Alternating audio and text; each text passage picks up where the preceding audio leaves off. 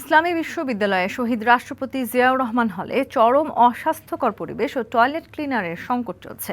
এর প্রতিবাদে সকাল থেকে প্রভোস্ট কার্যালয়ে তালা ঝুলিয়ে প্রতিবাদ করছেন শিক্ষার্থীরা।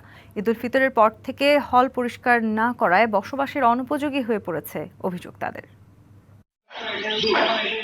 ইসলামী বিশ্ববিদ্যালয়ে শহীদ রাষ্ট্রপতি জিয়াউর রহমান হল চরম অব্যবস্থাপনায় যেখানে দিন দিন বসবাসের অযোগ্য হয়ে পড়েছে।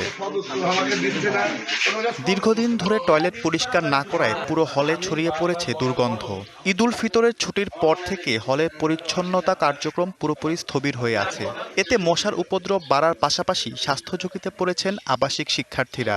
প্রফেসর নিজে বলছে আগামী দিন রবিবার সাপ্তাহিক একটা সরকারি বন্ধ আছে, সোমবার দিন আমরা তোমাদের পরিষ্কারটা করে দিব। সোমবার দিনের পরে বুধবার দিন আমরা আসছি, মঙ্গলবার দিন ওরা কোন কর্মচারীদের বলছে আসে নাই।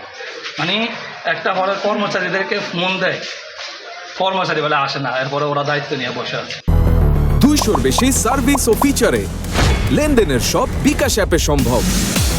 এ পরিস্থিতিতে শনিবার বেলা 11:30টার দিকে ক্ষুব্ধ শিক্ষার্থীরা হলের প্রভোস্ট কার্যালয়ে তালা ঝুলিয়ে দেন।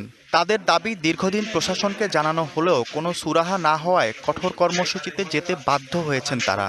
3 মাস আগে ধরে আমাদের এই কার্যক্রম চলতেছে, আমরা তাদেরকে আমরা রিচ করতে পারতেছি না কোনোভাবে। প্রভোস্টে আমরা কল দিলেও তিনি কেটে দিচ্ছেন। প্রত্যেক বর্ষাকালে হলো নিচ থেকে টয়লেট সরাসরি উপরে উঠে যায়, পার্মানেন্ট কোনো সলিউশন তো নাই, টাকা নাই, ফান্ড নাই, এই টাকাগুলো কোথায় যায়?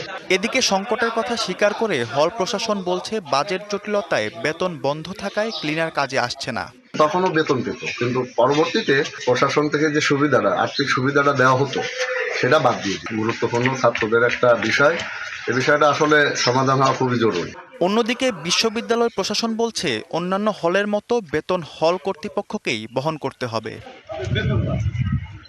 দ্রুত সংকট সমাধানের লিখিত আশ্বাসের দাবিতে অনড় শিক্ষার্থীরা।